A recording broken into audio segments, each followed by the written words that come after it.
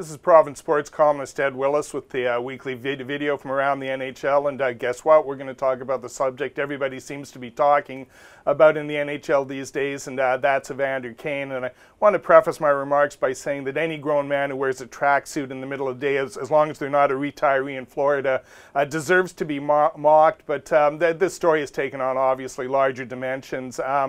It's going to be quiet for a little while because the latest development is Kane has opted for a season-ending shoulder surgery. So the immediacy of this deal seems to have dissipated, but that leads to the next question, which is what's the Vancouver Canucks' interest in Kane? And that's where things get interesting. They are interested, make no doubt about that. The question, of course, is at what price?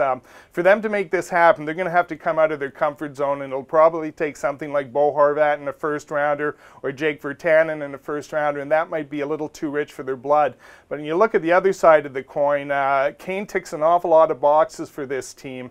And if you were at the game against San Jose on Thursday night, you're aware the energy in that building, that building was lifeless, and they need a spark of some kind. Kane's 23, he's a legitimate top six forward. He could be a star. He hasn't really reached his upside yet.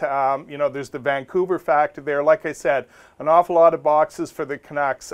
Don't see this happening around the trade deadline.